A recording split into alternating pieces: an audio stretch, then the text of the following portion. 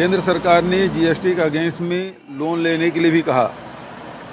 अब चूंकि लोन भी ले रहे हैं, भारत सरकार दे भी नहीं पा रही है, ऐसे समय में जहां विपरीत परिस्थिति में उद्योग और व्यापार संचालित करना कठिन था, फिर भी छत्तीसगढ़ ने पूरी क्षमता के साथ इसको संचालित किया, पूरा संरक्षण दिया।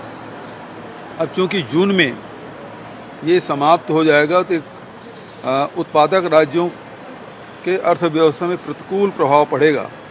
इसलिए सभी जो उत्पादक राज्य हैं उसको वहाँ के मुख्यमंत्रियों को मैंने पत्र लिखा है। और इसके पहले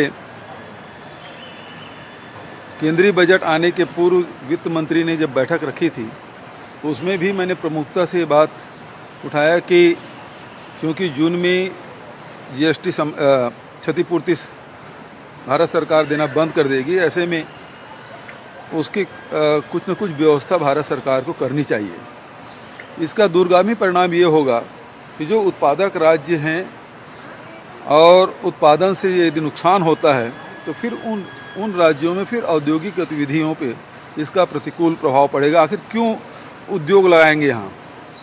क्योंकि हम उत्पादन करेंगे और फ़ायदा दूसरे राज्यों को मिलेगा, तो फिर ऐसे में औद्योगिकरण के खिलाफ वातावरण बनेगा। तो भारत सरकार को पुनर्विचार करना चाहिए इस मामले में और 10 वर्षों के लिए ये जो क्षतिपूर्ति दे रहे थे उसे बढ़ाया जाना चाहिए। बीजेपी ने कहा है कि केंद्र सरकार जब मुफ्त में लोन 0% ब्याज पे लोन दिलवा रही है तो राज्य सरकार को लोन क्यों नहीं दे रही? आरोप लगा रही बीजेपी है, बैंकों से लोन लिया जा रहा है लेकिन केंद्र सरकार दिलाई वो लोन नहीं। एक चीज़ बताइए, आखिर जीएसटी भारत सरकार को देना था, कानून बना, नहीं दे पा रहे थे। उस समय भी बात हुई कि उन्होंने कहा राज्य सरकार लोन ले ले और पेमेंट की गारंटी राज्य सरकार दे और उसकी पूर्ति हम करेंगे। उस समय भी निर्मला सीतारमण जी से मैंने यही कहा कि भाई हर राज्य अलग अलग बैंकों से बात करेंगे, उसके ब्याज दर अलग अलग होगा, पेमेंट की जो शर्तें हैं वो अलग अलग होगी। ऐसे में भारत सरकार ही लोन लेके हम लोगों को दे दे और जो हमारी जो उसके अगेंस्ट में पैसा भारत सरकार को ही देना है तो फिर पटाने का काम भी वो करे। ये बात उस समय भी मैंने कही थी। अब भारतीय जनता पार्टी से अर्थव्यवस्था सुधर नहीं रहा है, समझ नहीं आया।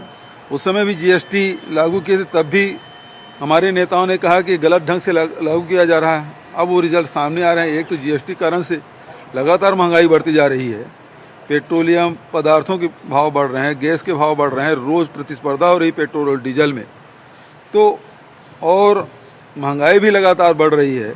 अब राज्यों को इसका घाटा होगा, तो ये राजनीतिक बयानबाजी करने के बजाय इस समस्या के समाधान की दिशा में आगे बढ़ना चाहिए।